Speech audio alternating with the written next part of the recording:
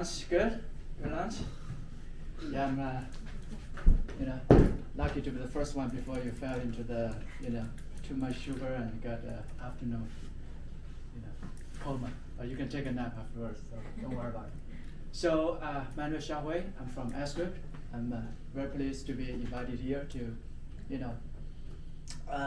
show you what work we have been doing, and I just want to see what kind of things hopefully we can build together, especially if the OpCat is actually activated. So I think I'm going to talk a little bit of our services, and then I think most of the time will be spent on OpCats, because we are actively developing on Signet as we speak.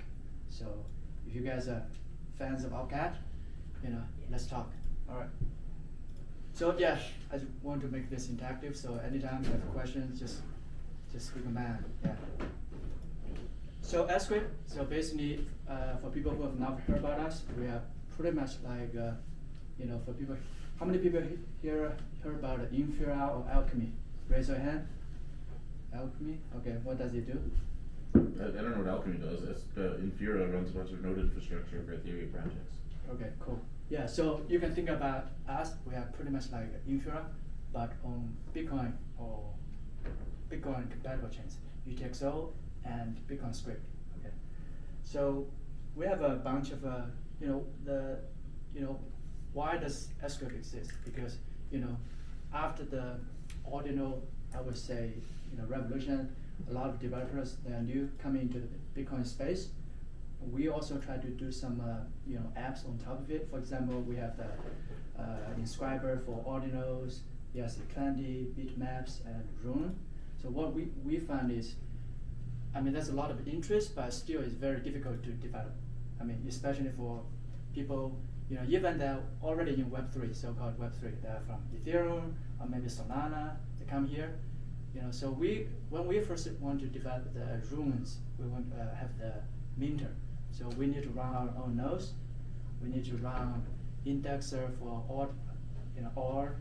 We have to run ERC20. We have to run runes. There's no library. We have pretty much construct all the transactions from scratch. So it's doable definitely, but the learning curve is super high. So we want to address the problem. We want to see developers to build on Bitcoin, which we think is the best platform to develop on, and we want to lower that curve. Just make it as easy as at least as easy as building on Ethereum or Solana, or eventually as easy as building on Web 2.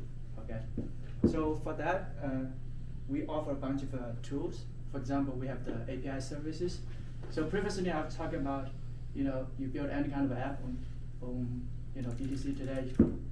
If you want to do it in-house, you pretty much have to run everything from the bottom up, right? You have the node software. You probably even need to do some kind of like a testnet or Signet even before you launch.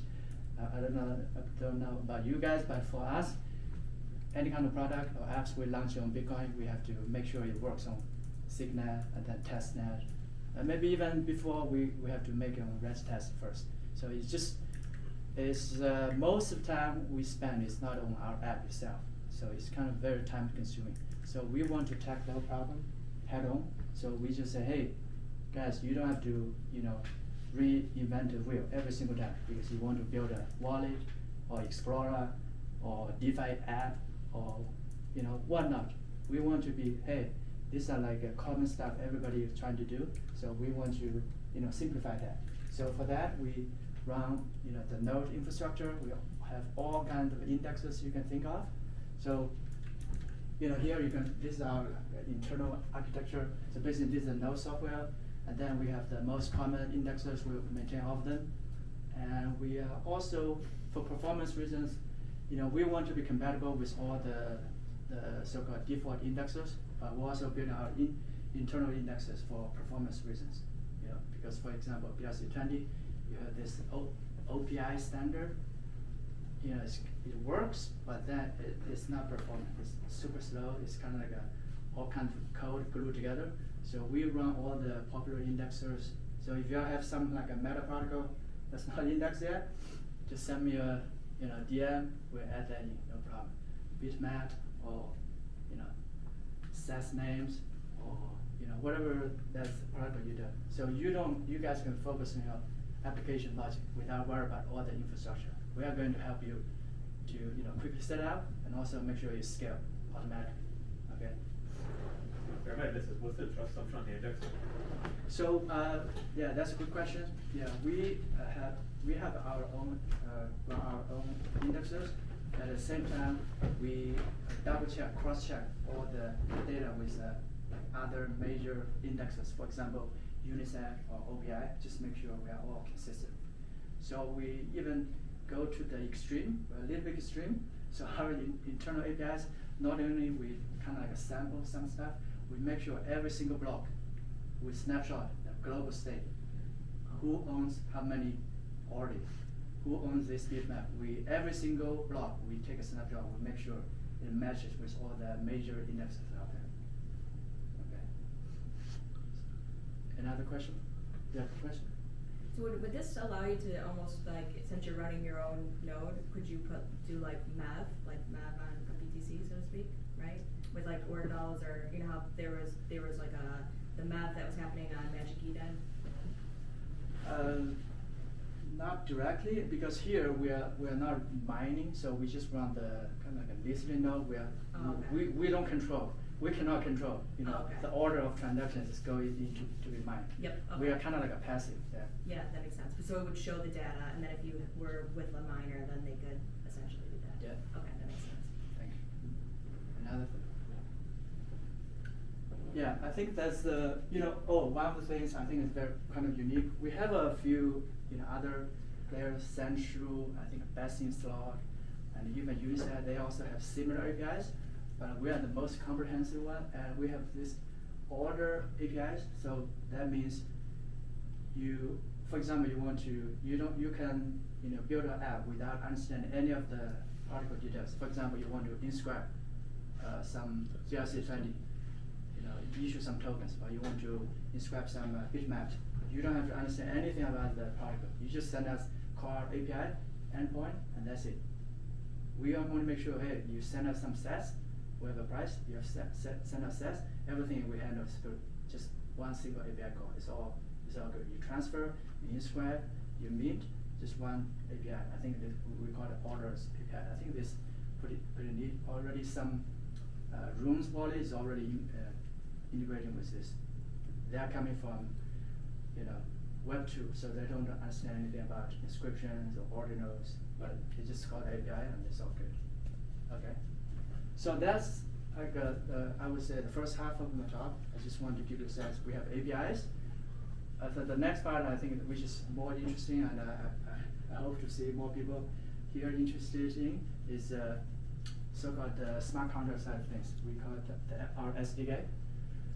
So how many people here have ever programmed in Bitcoin script?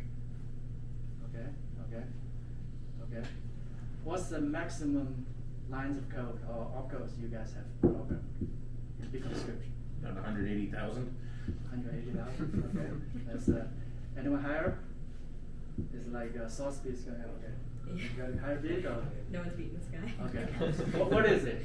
Tic-tac-toe? No, not the tic-tac-toe one, but the TI-86 graphic calculator thingy that I made. In order to do that, I had to write one CPU cycle and then duplicate it like thousands of times, and so the resulting script is about 180,000 lines of code. Okay. How long does it take for you to code the whole thing? About a week.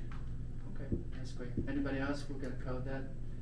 180,000 opcodes in a week, and make sure it works. You got. We can using a for loop doesn't count, right? I mean, yeah. I mean, without the for loop, how? Then it will be very difficult to count. But Yeah. come back to this is that so. This will help people to write complicated script, Yes. right? Yes. Exactly. How do you do function call? We inline. Actually. Okay. That's how we implement it. But Okay. if you're a user, you don't have to. This looks like what's on your shirt. Yeah, exactly. I mean, I changed my shirt, but for anybody who's missed. So, okay, you guys don't talk, but whoever else knows what this code does, just have a guess. Anybody? What does this do? First one get a prize. Check signature. Verifies ownership.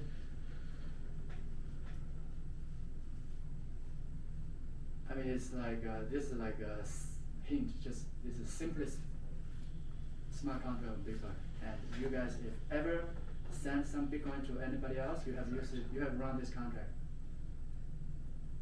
It's just a transfer. It just looks like a signature verification. The class have a name. It's opaque to public key hash. That's a hint. Okay. So I mean, that's a hint. You know. So It's the standard send function. yeah, can you try to explain what this does? Yeah, when you the standard way that a Bitcoin address works is you have a pub key, you take a hash of it, and when you want to spend, then you send money to the hash. When you want to spend money from that address, you have to supply a signature and a pub key and prove that the pub key hashes to the value in the address, and then Bitcoin will let you spend it. This contract does that function. Exactly. So, you know, why do we have sCrypt? So you can think about sCrypt is like Solidity, but for Bitcoin, right? Because on Solidity you also have this opcode. You know, but most people have never, you know, heard about. Oh, on Ethereum you also have this opcode, a script, which in Bitcoin concept we call script. You know, for example, you can add two numbers. You can you know manipulate the stack, right? You can duplicate. You can do a bunch of stuff. But here's the problem: it's very very low level. It's like a machine code. I mean, you got a bunch of people here who's like was expert here, but most people, even for me, I code this, but it's not pleasant. Okay, it's not efficient. It's not something, let's say, you know, Web 2 developer or somebody who's just, you know, just graduate. He can just start coding. It's very very difficult. I mean, you can do it, but it's very inefficient. It's like Ethereum. You code all kinds of contracts, right, in high-level languages, right, mostly in Solidity, but they also have Viper, and you know, this is equivalent, you know, how do you program Bitcoin script. So this is not layer 2 or sidechain or nothing. This exactly is just, think about it, it's like almost like a syntax sugar. It just compiles to Bitcoin script. There's nothing, you know, sCrypt can do, but script cannot, vice versa. It's just, it's almost like a wrapper. It's just high-level language that compiles down to Bitcoin script.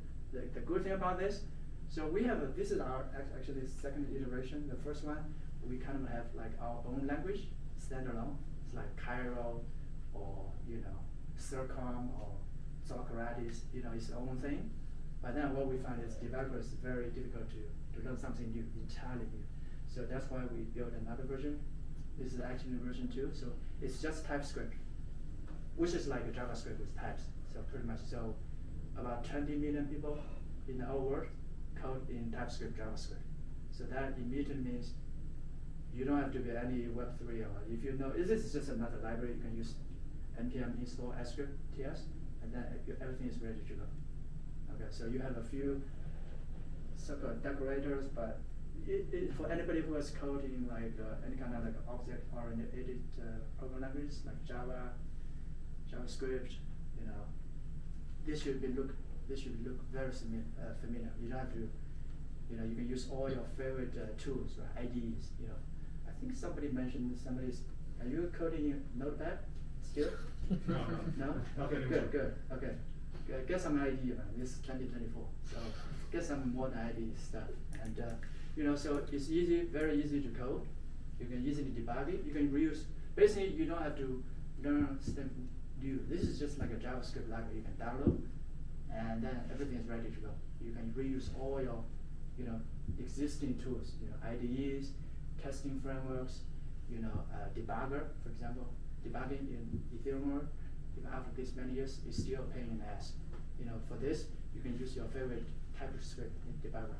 You know, Visual Studio Code. I just use Visual Studio Code. It's just, you know, yes, it gets native support out of the box. You don't have to install any like extension, plugin. No, just npm install, and then everything ready to go. You know, as Super just mentioned, this is the simplest, I think, most popular contract running on Bitcoin today. So what people not heard about is basically you have a Bitcoin address. The address is pretty much the hash of the so-called public key. So in Bitcoin, right, you have asymmetric keys. You have private key and you have public key. So the address is pretty much like a hash of the public key. So how do you prove ownership? Right. So let's say Alice wants to send some Bitcoins to Bob, and Bob wants to redeem it. He needs to prove two things. Provide two things. One is a public key. The second is the so-called signature. Right. So pretty much readable here. It's a signature and then it's a public key. And then the contract only does two things. First, make sure, hey, does this public key match the the address? Meaning just hash it. If it matches, and then does the signature check. So if both this check go through, then meaning okay, Bob is actually the owner, so he can move the coins. So this is so-called the UTXO model. So this contract when it compiles, it goes into Bitcoin script and then go to, for example, can be in a Bitcoin taproot address. And whoever has the private key, he can call this unlock, and then if it's all the assertions going to pass, he can take the money. So that's the difference between UTXO based chains versus the account. Taproot addresses are a little different now because we don't hash the pub key anymore. It's just the raw pub keys, and we use a taproot. Yeah, I think this is I think this also you can also do this. You can put the whole thing in a leaf as well. Yeah, you Again, can. it's not actually That's true. paid to public key, but it's doing the equivalent. Yeah. Mhm. Yeah, if you put it in a tap leaf, then it's the same thing. Yeah. Any questions so far? So all smart contracts will need to implement the unlock function? It's just a name, but so basically you can have a multiple, which is it's called a method, and if you want to call it, meaning when you try to spend, you have to denote with this public, Okay, denominator. Anything can be. It's just a name. It can be any name. It can be spend. You can have multiple of them because a lot of time you want to have different conditions to spend. For example, you may require, let's say, 2 signatures. If or after 48 hours or some kind of time lock, you only need 1. Right? For example, you can have arbitrary, conditions, spending conditions, and express in different public methods.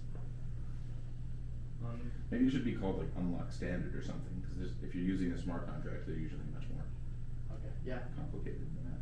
Yeah. It's just a name. You can. Yeah. Yeah. That's probably more readable. You see? Is there a downside of using TypeScript and then converting to Bitcoin script? Yeah, the only downside I think most people think about it is not specific to sCrypt is efficiency. For Yeah. example, right? Because if it's a compiler, it deals with general language. It's not always as good as like a handwritten script. Right? It's like you're programming in C, and then versus you are programming in just assembly language, or you're programming in, let's say, Solidity versus you program in like a EVM opcode. But most time is the benefit of faster development and time to market usually outweighs the cost a little bit. And so I didn't mention this because the time is short. But you can also in our firm we also support you to write Bitcoin script directly. So you can think of we have an inline code version. You can put it in. It's like C or Solidity. You can always craft your own Bitcoin script if you know what you're doing for efficiency. But and have you made any tests of? Yeah. So it again, it's always depends on. It's like you have C and then you have some kind of like a x86 assembly. It all depends. So in general, the rule of thumb is the bigger the contract is, the more complex. I think if you only, let's say, if you are like a pay to public hash, I think you have opdo, you have It's the like, hash. it's like 6 lines of code. Yeah, it's like 5 opcodes, and something. scripts. It's not much different. You can code even in Bitcoin script, but if you're not let's say, looping, and then you have 1,000 Yeah. opcodes. That's where the benefit shows up, because for example, if you are writing the zk verify, I think I can probably write it faster if Yeah. I can use something like this, because that's something, I don't know how, it's megabytes, right?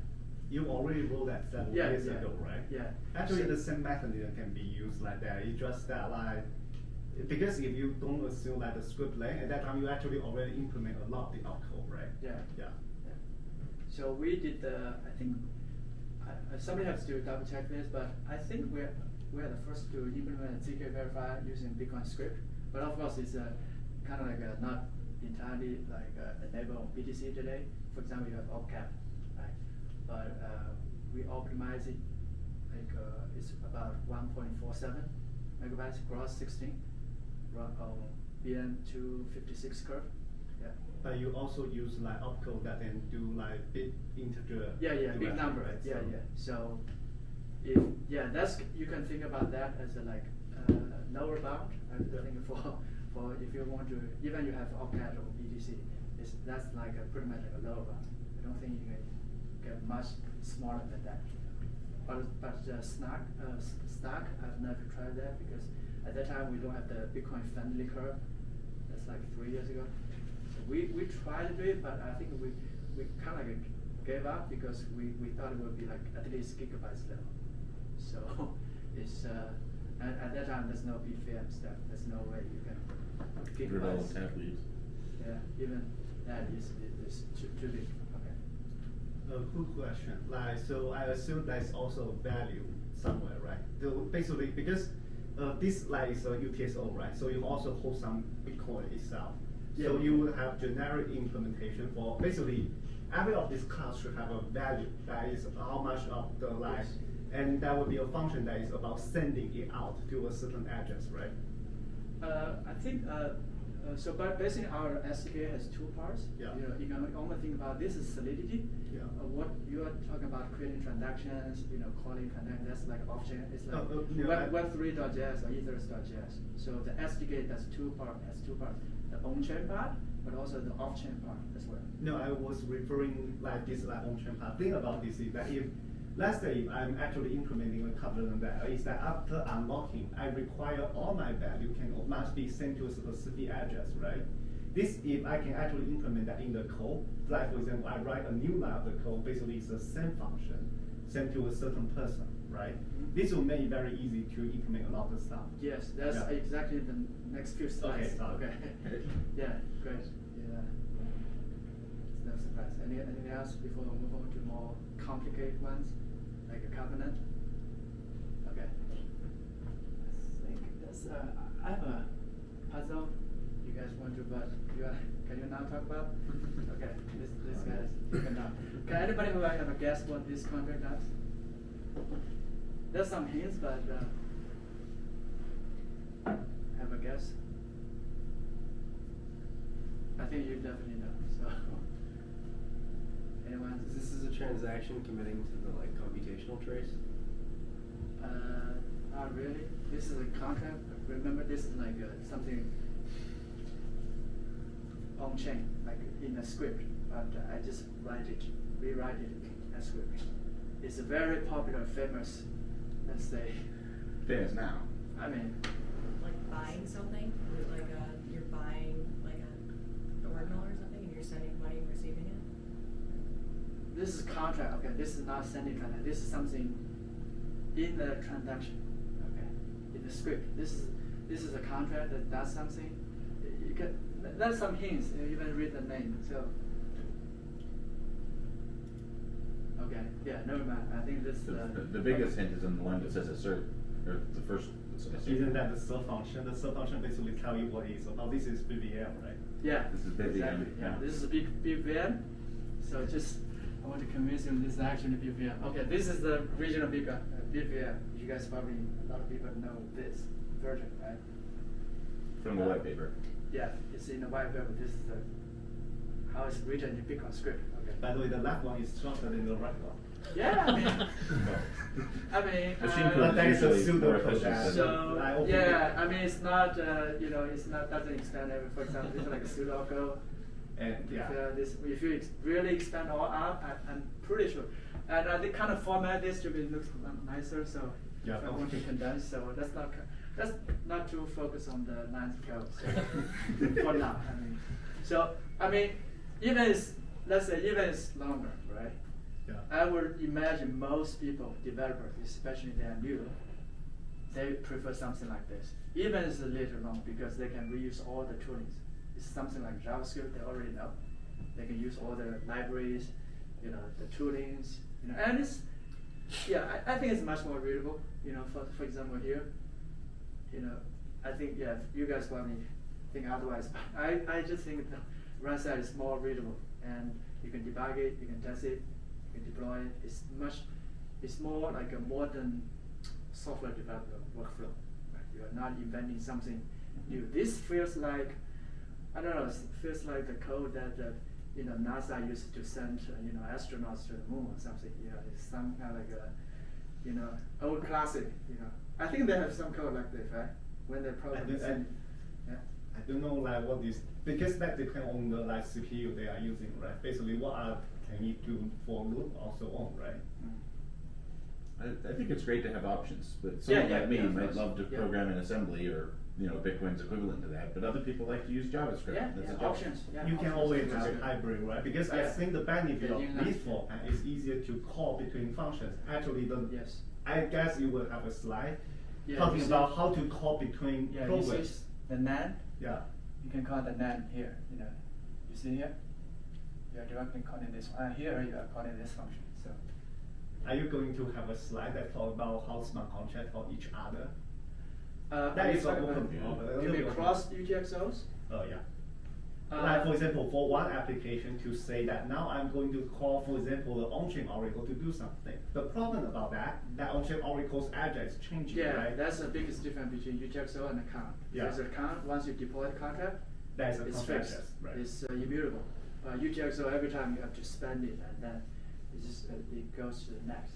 I think that's one of the biggest difference. And usually between means code. that UTXO, the value of the UTXO transaction is that it's carrying that amount of money, right? So when we Depends on what you do. If you want to, have like let's say just a dust limit there, you can always have it. But you can also say, hey, you can deposit or you can withdraw.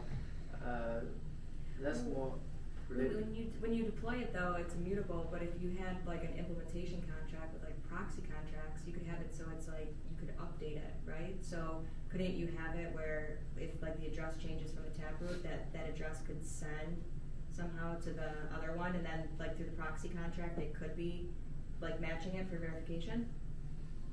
that idea can be implemented a little bit like the following way, is that you almost have a queue for basically that, like let's say that like a transaction can reflect on the actual like Bitcoin. There might be some way to do that, and the idea is that like when you are sending, when you want to make a contract call, you drop something on the Bitcoin. Yeah. And the other contract is supposed to collect this thing up. That might require ZK, but basically is that like the idea is that like basically like the smart contract will have a queue of the call that is calling him, Yep. and then you will process them. But this is not general purpose because you cannot get back immediately, right? Yeah, because there'd be a time. But it can be useful for certain use cases already. Yeah. Yeah. Like- Another way to do this is you can kind of like a page script hash. Yeah. So basically, you whatever it's like now you want one contract to call another. You can deploy the other one, and then just give it the hash to the caller. Yeah. And then caller whoever, because Bitcoin the UTXO is you have multiple inputs, right? So this is one input. In the other, you can check, hey, the other input actually there's a script. It's actually hashes to the given one. For example, it's doing, I don't know, for example, SQL verifier because the hash is fixed, right? You can check that way.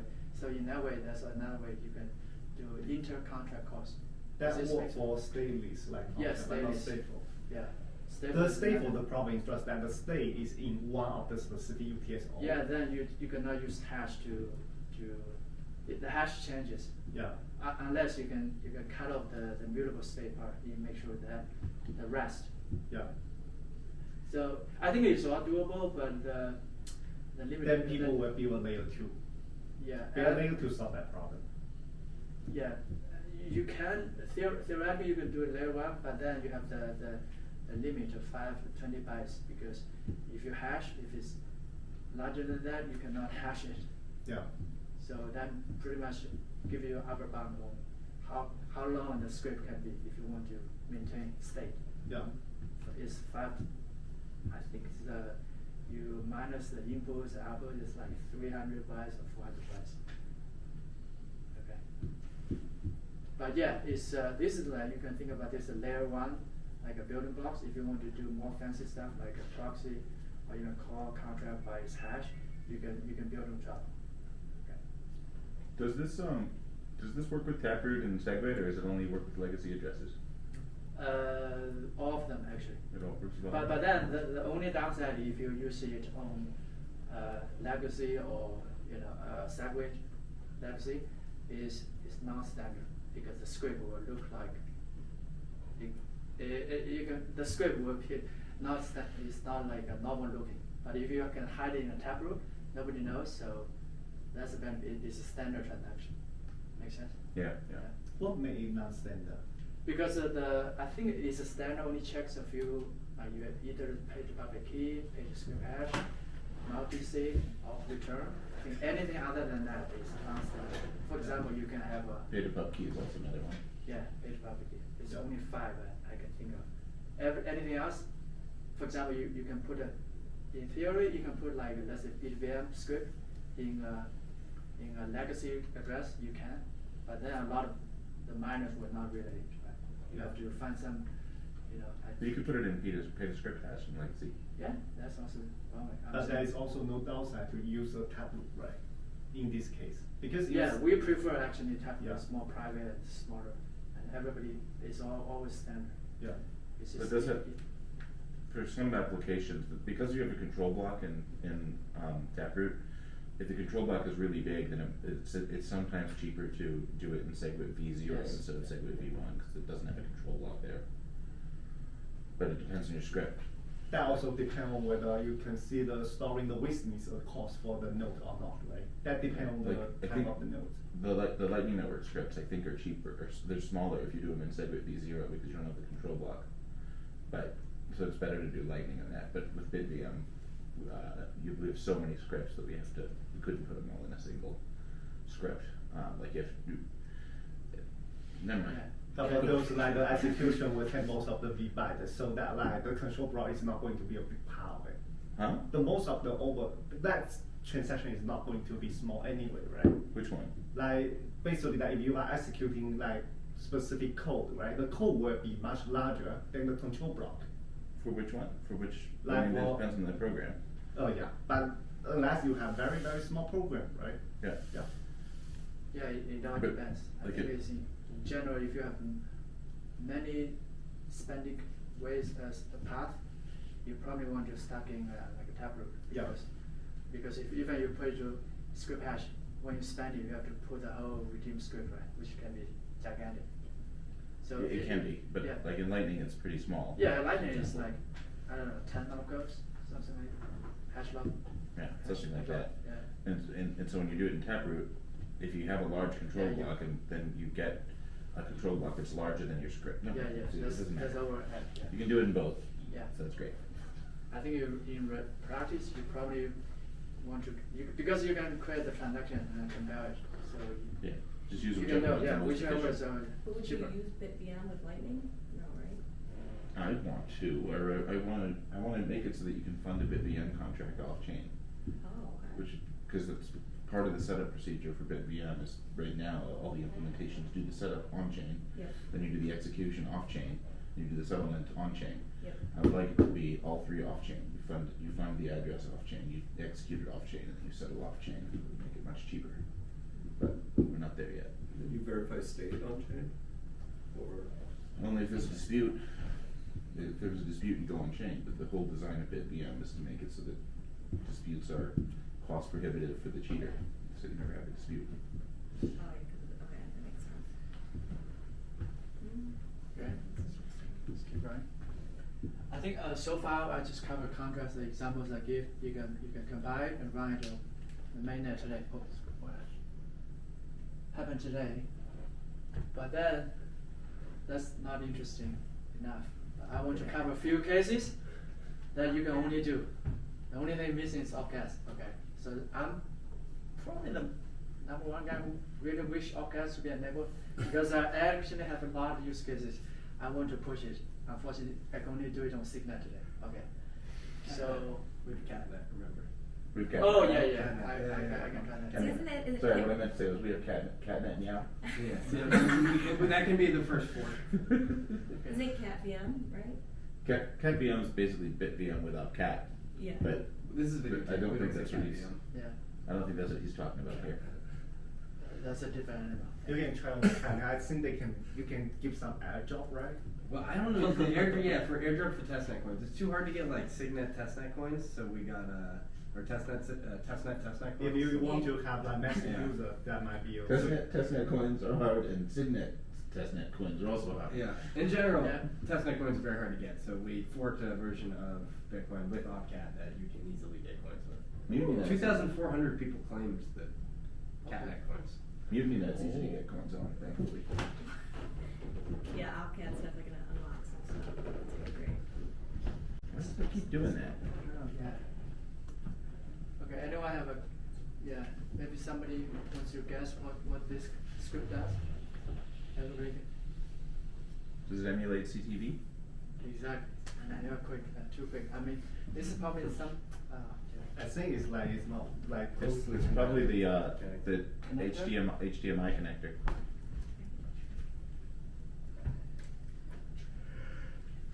okay. that's not touch it, and you might be able to click worldwide. Okay, yeah, exactly. This is for people who know the trick. If you don't need an actual covenant of code like OffCTV or checksig from stack. You don't need those. I mean, it'd be shorter if you have those all go. But for people who not heard about it, if you only add opcat, you can actually do covenant on Bitcoin today because you can use the Schnorr trick. Yeah. So this is exactly how you use opcat to enable covenant. Okay. So as I said, you can do it, but that is depends on taste, right? If you want to, you are very familiar with Bitcoin script. It's like herding cats. Yeah, you can, but it's challenging. Okay, I'm not saying everybody. You can probably after some time you can get used to the stack-based, assembly level. But if you're like somebody like me who don't want to deal with all the hassles, hey, you can, something like this is hopefully more readable. So basically, this is using the hack.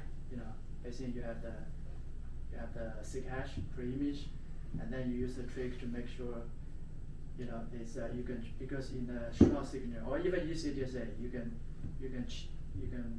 choose, right, the private key and also the nonce. So if you choose some special values, it's very easy to verify the signature. You don't have to do the elliptic curve stuff. You can do it with like basic arithmetic. For example, here, the trick basically reuse the checksig operation. So if the signature checks out, that means whatever that's on top of the stack is a hash of the transaction data plus 1.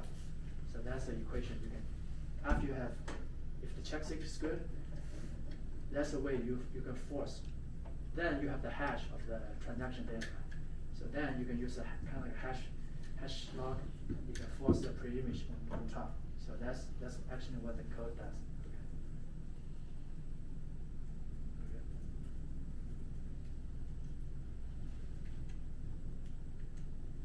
Okay. Okay, thank you. So any questions about this? Okay. This is like this is just covenant. You can call this function. You pass the so-called sig hash per image. If this one checks out, that the assertion is passed. That means that sig hash per image is the spending transaction data. And once you have the whole spending transaction, you can fetch all the fields. I mean, of course, that's where you see the cat comes into play because all the pluses here. Oh, there's no concatenation. Yeah, this is concatenation. Process. Yeah, yeah, concatenate. Because that's how you see, there's not only one cat, okay? It's many cats we need, okay? So, this is the code pretty much, I think if OpCat is enabled, it'll be, probably will be the most used code pieces you have ever seen.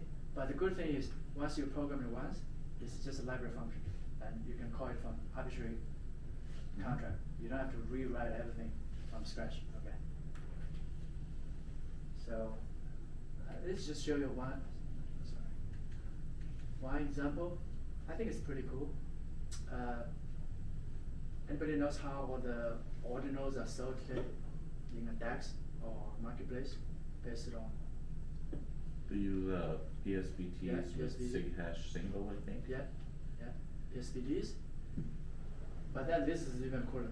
Basically what this code does is, so here, right, this is the covenant, this code, right, just calling the other, subroutine.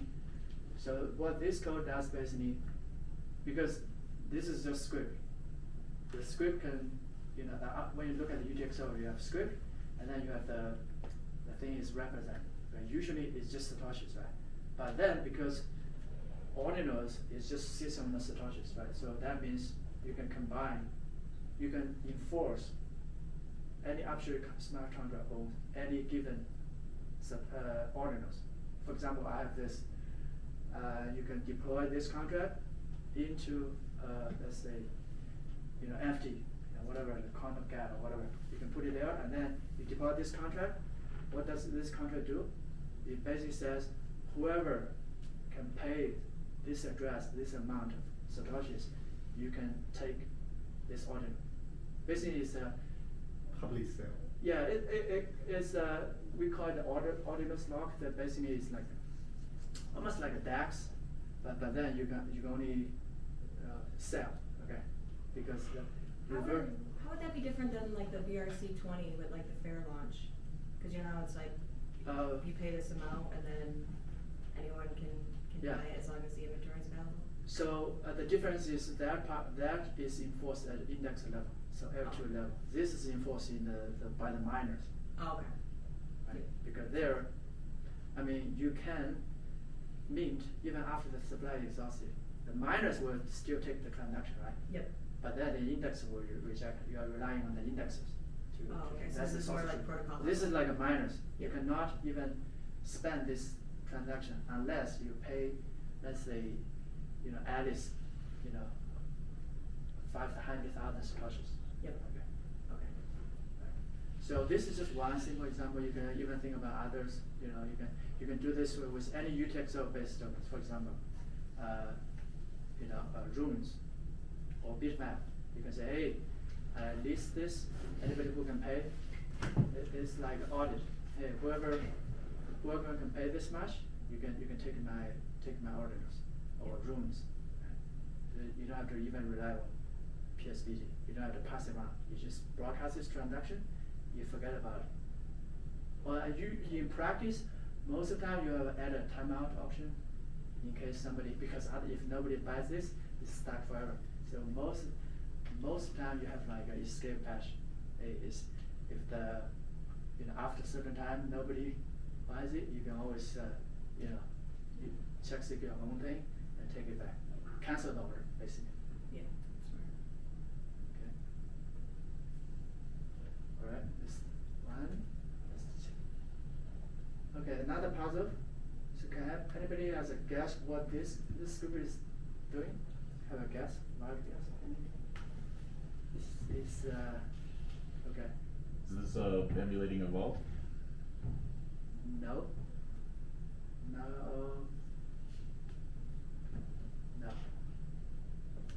I don't see very many things using the old stack, I'll say that. Okay. And remember the dot is a repeat. It's just this kind of like a snippet is repeated many times. So maybe that's No a good- control, right? Yes, exactly. The reason is because you are using OP dApps, OP1 sub, and often Yeah. you Yeah. wait. After OP dApp, OP1 sub, you don't need an OP row.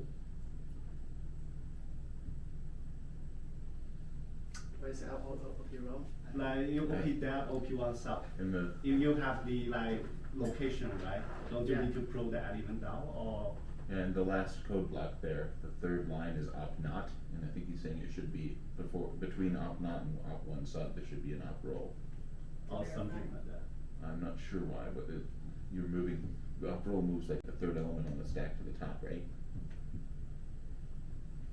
OP not, what's OP not doing? Well, that's if, well, Just because it invert. depends, it Okay. inverts things. Okay, disclaimer, this is some code who somebody wrote on Twitter, okay? He said he's doing, you know, I have not tested myself, but it's doing Merkle proof. Basically, it's doing Merkle proof. Okay, you have branches, and then you have always hash, cat, hash, cat, hash, cat. Keep doing until you reach the root. I think this is the root. So Who you, wrote the code? I think Raiden. I think that's the guy. Reardon code? Raiden? Yeah. I gotta message him and tell him he's missing. He's missing. Yeah. Can Well, you I don't make know sure that that he it's has code it. I think I run? understand Because it. it's like Oh, also he very- just pasted there. I don't know. Okay, it's very weird that you do all stack and then you do the OP cat. I think the reason why he's doing that is he's checking if he's reached the end of the elements to do it. Oh, yeah. And then if he's doing that, you don't need op roll, the op not is just checking if it. Okay, so it's a little bit like hashing the stack. Every time he hashes an element, he subtracts 1 from the total depth of the stack. Yeah, And if it's it, if moving the up total- the tree. if he gets to 0, then he knows he's done. Yeah. And so that's what that's doing. Oh, wait, got it. So it's more like, So basically, the tree, you can handle. I think in this example, I think 14 layers, but no more. So I think you need to check. That's plenty for most things. Yeah. It's 2 to the 14th power. Or Yeah. 2. So, you know, even if you post the code, I'm not sure it works because it's not easy. Even I don't know how to easily test this. But imagine something you can on the right. So this is probably something you can figure out. I don't know if you are familiar with, you know, Merkle tree and TypeScript. It's just around 10 lines. I think you can easily, you know, code it. You know, pretty much. This is exactly doing what this one is doing. Okay. So basically, it checks, hey, if it's a left or right branch, and then you concatenate, and then you just go up 1 level there. Okay. So hopefully I convince you this is something much more, you know, understandable and more easier to test and also reasonable. Okay. And it's got a loop. Yeah, loop. Okay, is there anything particular about this loop? Anybody like just it's It's constant? Like yeah. it's constant? Like Yeah, it has to be constant. Do you know why? Because there's no way to be variable length and Bitcoin doesn't Bitcoin have. Doesn't not like technically doesn't good. like dynamic, you know, the unbounded loops. There's no way you can express because Yeah, even with Bitcoin, we still have bounded loops. yeah, it has to be bounded. It's almost like a circuit in a sense. You have to bound it, you know, when you compile it. But we do have a lot more space now, which is nice. Yeah. So the way it does loop is like, so here, right, this is actually loops, you know, every time you are up 1 level. So, but here, right, you cannot just say, hey, the Bitcoin script is, you don't know how long it is. There's no way, right? Because otherwise, if you don't know how long it is in advance, how are you constructing the transaction or even, you know, compute the taproot address? It's impossible. So that's another big difference versus Ethereum. Because in Ethereum you have like you can have unbounded loops. Of course, it's under the Kind of. gas. You have the gas limit, cost, so. yeah. But that's like almost like a hack, right? I mean, the code itself Yeah.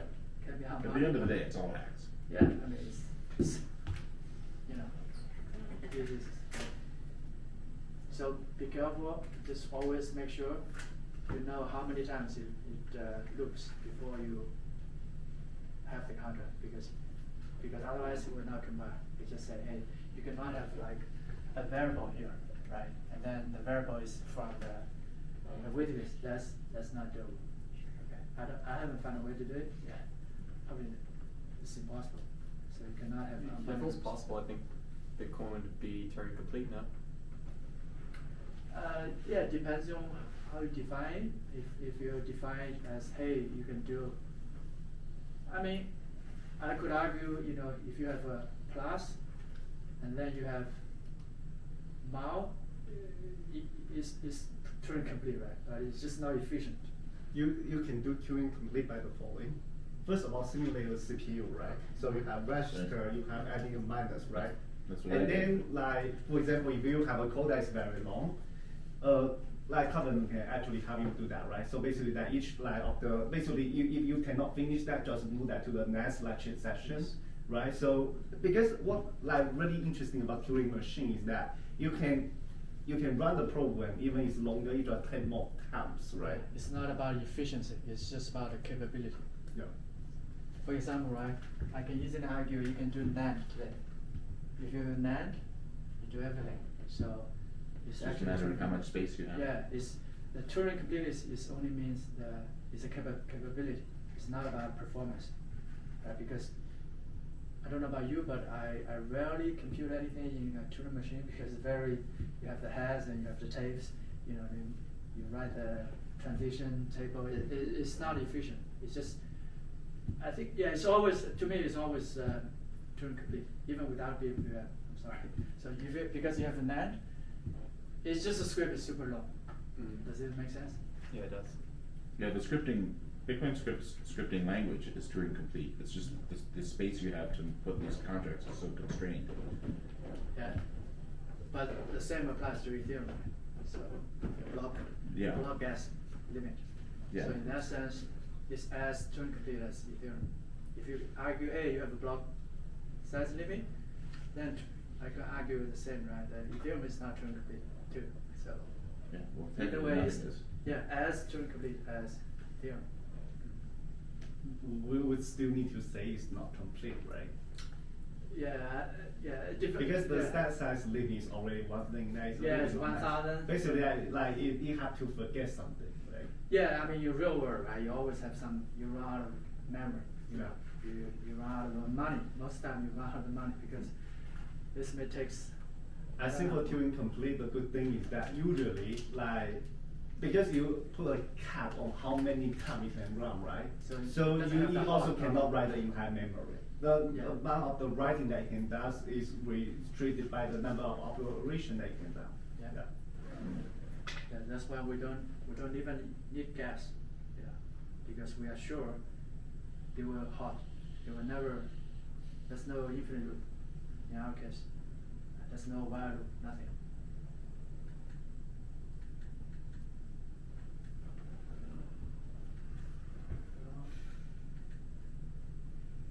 Okay, so we are working on a few examples because we want to demonstrate, hey, not only OutCat is theoretical, and we always discuss the potentials. So for us, we also have, because we're developers, we want to hands-on, demonstration. So we publish some example of the ordinal log. That's definitely, you can check out a blog, and the working code is there. You can try it on Signet, and also on CatNet today. So good to know. So we're also going to, this is like a few, let's say, typical examples. People talk about OutCast, but not, I think except for this, I'm not aware of people actually implement it. So it's on our roadmap in the next few weeks. We're going to release all the examples here. For example, Vault, you can also verify proof of work in script. With the Merkle tree stuff?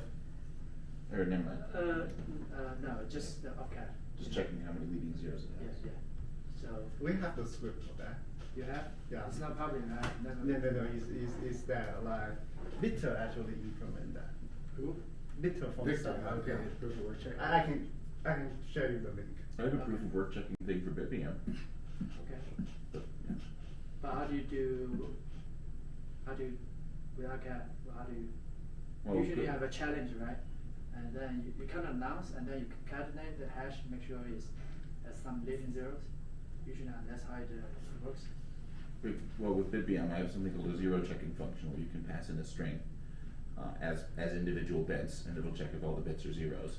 Oh, all the bits, I'm talking about, let's say, can you Yeah. do like how many leadings there? Then you could just say, instead of saying is up depth equal to 0, then you could say is 32 of them equal to 0 or whatever you wanted. Okay. You But need to technically- provide the bytes, and then you do you check the 0, and then you can use like the SHA-256 like script to compute on it, not the opcode, but the script. Okay, Yeah. you implement that as like, not the, you don't use the. You don't use SHA-256. OPCAD, but basically that you can simulate everything. Okay, Yeah. but it's just expensive. What's it? 150K or roughly like that. Per chunk? Okay. But it's great to show that you could do this if we have UpCat in a way more efficient way. Yeah, that's why it's always cat, it's always boils down somehow. It always goes back, I don't Yeah. know. Maybe I'm just not thinking about many examples, but somehow it's always coming back to this little opcode, okay. We have a pretty little kitty. Yeah. I think proof work, and then you guys who did it, What is a working- double spin protect? You are going to talk about that, right? Yeah, I think, You how have a many have link to heard that. about this example? I think it's pretty I cool. know. It is. It's a really cool example. I assume you're doing it by you separate the S value and the R value in the signature, and you force the R value to be the same. Yeah. And then you concatenate them, and once you've concatenated them, you should have a valid signature. You Yes. definitely have a valid signature. But if they didn't reuse the same R value, if they didn't reuse the same R value, then the transaction fails. But if they do reuse the same R value in on two different messages, and they leak their private key, and you can steal their money. Does that make So- sense? Oh, it's like slashing. Yeah, you can effectively. But slash anybody something. can slash. Yeah. Any double spend So the miner attempts. slashes. Yeah, but anybody else, anybody can see it. So Whoever can see this transaction, double spending of that attempt. So it protects protects it causes a like reason not to do it, but it doesn't protect like so if you're like a service vendor. Yeah, that says you're- it's like selling with coffee. Yeah. Then you cheat me. Then the Then miners take the Bitmain gets paid. Yeah. You could Bitmain make, always gets paid. You could make it so that you have to prove the double spend and have a specific public key, and then you can take the money. No, that would allow you to not make it so that miners get the money. Isn't that what happened with like Mt. Gox, that hack, right? Was it the whole double spend thing? That's a different story. That's the Malleability, malleability, signature yeah. malleability. Oh, okay. Claimed. Right. Because nobody proved. There's Wasn't there a race some controversy about whether that was the real Yeah, it reason. is. Because, Yeah, so that's because what that's a I double thought, spend, like, and then actually, depends like, on like, who gone gets and into researched the that, block. like, found first. out exactly if that's what. But it you was, can or slash is for it just like people who theories? do that, right? Yeah. It wouldn't show up The on the money blockchain, is 'cause taken by miners, pretty much. the I thought the issue was that. yeah, because they could somehow, only like, one transaction can make it keep on through. drawing the same balance. It's gonna So you would need like their before- background. Yeah, because Something most like time off when you chain or withdraw, something like that. they give you the Like, confirmation. it would have with happened in the some mempool, someone would transaction broadcast ID. something in the But mempool, you can and manage, have a record of before that. settlement, you can manage the And S to be they minus would get S. modified It's within still the valid, mempool so with a different but give you a signature. different Yeah. transaction ID. So And only one actually, of those it's like transactions would ATM, actually like make it into the withdraw, blockchain, and so then it would not have a then record the of it code is anymore not unless someone good. kept a You will only snapshot check of the mempool original from that transaction time. ID. You think, oh, it's not good, Which it's is not mine, possible, so you someone think had has not been done withdrawn. that. So just keep doing this. I don't know, it's just like interesting, That's like, the just claim. like follow or something, to Yeah. see if anyone has that, like, data. It would be cool. Yeah. People keep snapshots of the mempool now, but I don't know if they were doing it back in 2012 or whatever. Yeah, yeah, could be interesting. But the key part here is that it's zero confirmation, right? So basically that you give the transaction, you don't need to say it on the network. No. And you just need to check that like there is a slashing mechanism there, and that's all of it. Yeah. So the double here, so basically double spam protection, this is to protect the person who received this transaction. Yeah, it's there are many variants on this. So the simplest one, you just as Super just mentioned, you just make sure the nonce is fixed. Yeah. Okay. But then the problem is that the merchant doesn't get the money. So, but there are different You could variants. make it so that Say again. you could make it so that the customer gets the money, but you have to do a setup procedure though, which is annoying. But then the issue is then, how do you make sure the miners do not take the first transaction, right? You see what I mean? Because if Yeah, 'cause then they have no if you have a incentive. check saying the miners cannot take it, why do I? Well, Oh, if you they're pay just a gonna- higher fee, yeah, right? They're just gonna mine whichever one pays the higher fee, so if the Well, no, the fee has to be higher than. Yeah, what they you say just the game. then the It's the miner is same not reason incentivized to with to like mine the Bitcoin, second. if someone, Yeah, that's like, the if the miner is the prover, you have to burn a portion of it so that they don't just, like, Collect it again. yeah. Yeah, this, the There are many double spend variants, protection yeah. wouldn't work if you were buying something from a miner. Yeah. Like Encrypted you're node. buying the Or from a big miners yes. from Bitcoin, you can use this. So it's zero conf.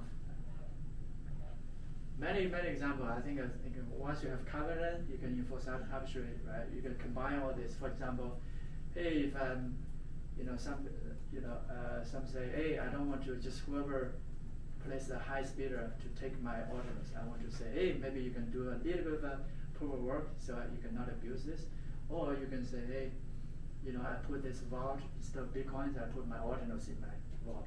So basically, you can, after you have CAD, this seems tiny, but then because you can combine all this example I just mentioned, it's orthogonal, right? It applies to Bitcoin, but because we now have the so-called ordinals and all these meta tokens, you can always, the next immediate step you can, for example, you can, instead of putting a double spend production for Bitcoins, you can have double spend production for ordinals, right? You can, hey, if I just sell you the ordinal, I don't have to wait for you to permit. You can use this too. That's the benefit of using UTXO. I think that's one advantage of the ruins over BRC because it's UTXO, so you can immediately log up any ruins tokens with arbitrary contract. So you just work out of the box. You don't have to. For BRC20, you may be able to do the lock up the inscription, the transfer inscription, I think. But it's not as flexible. Yeah, that's it. I think that's the examples I covered. Hopefully, give you some ideas on why we are really looking forward to have Opcast. Okay. Any other questions? Is it coming to the Bitcoin mainnet Opcast? Asking. That's them. Pass it next. It's depending Who's on going to the make the miner. shot? Miner? Is it going to be miners? Huh? Yeah, when is OpCat coming? This is very challenging. We're working hard, okay? Yeah, we We're have, working Is it 2024? No. There's no way to That's guarantee anything. never. We have some. My suspicion is that it will never get it, even in a million years. Because the nodes are not agreed to each other or something. I think nodes. But they nodes didn't lose naturally anything, don't right? want the number of people who are running nodes. I suspect, for mercantile purposes, is a And group mostly do people not who want are to running upgrade. nodes for inscription purposes at this point, if you want to use that argument. Wait, they wouldn't want OpCat? No, So so. inscription people would. Yeah, exactly. So actually, if you want to use that, I don't think that's why I think that that's a reason we would get OpCat if you want to use that argument.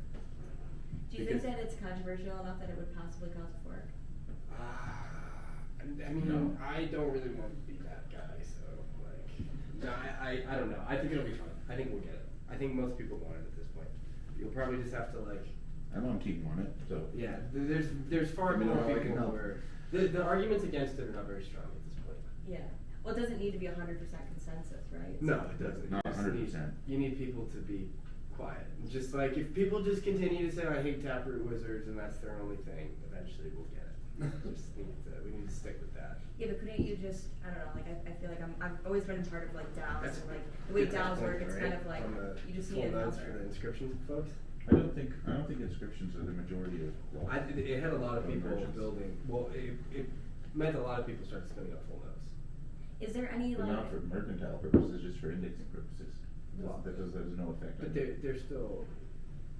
is there like a privacy voting type thing where it's like the No. miners, like you could send out like a survey to the miners to see like Well, who yeah, would be They're having people We try have, Yeah, we we're have a working protocol on for that. that. Yeah. actually. Yeah, that'd be Nine. cool. Website's going up. Oh, really? Yeah, Oh, cool. they flip a bit and then it indicates support. You remember Yeah. the green block website for when Taproot was activated? Yeah. Yes, We need we one of those for literally Opcat. are copying that as we speak. Sweet. That's good. I employed a guy in Nigeria. Great. Oh, that's perfect. Yeah, because I feel like if you could just get like collect the data like Alright, wait. secretly, anonymously, like. Yeah, I get it on now. Oh, yeah. I'm sorry. Oh, yeah. But yeah, no, I mean, it'll be kind of public because miners kind of indicate individually, like, we want Opcat, we don't want Opcat. And then you sort of need to trust the pool to do it for you because they're the ones that actually make the blocks. So, You should It's just complicated. have them add to their signature the phrase meow. Yeah, yeah, fair enough. Fair Sweet. enough. Oh yeah, if your block wins in the op return field, it says meow. Yeah. Of the Coinbase transaction, yeah. Makes sense. Are you joining? Oh yeah. Great. I need to meet a person. Okay. Yeah. Thanks. Yes, Thanks. appreciate it. And Jimmy?